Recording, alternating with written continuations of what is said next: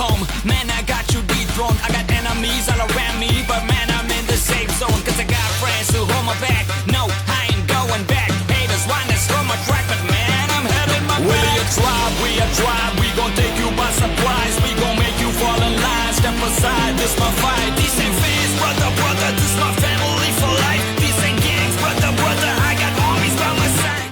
நேற்று எதிர்கட்சி தலைவர், மாண்புமிகு எதிர்கட்சி தலைவர் பேசும்போது நிறைய பேசினாங்க. அதில் ஒன்று மட்டும், அரசு சொல்கிறதா நினச்சிக்கிட்டு நம்மளை இன்டைரக்டா ஈவில் அப்படின்ற அந்த வார்த்தையை யூஸ் பண்ணாங்க. எனக்கு ஒன்று தான் சொல்லணும்னு தோணுது.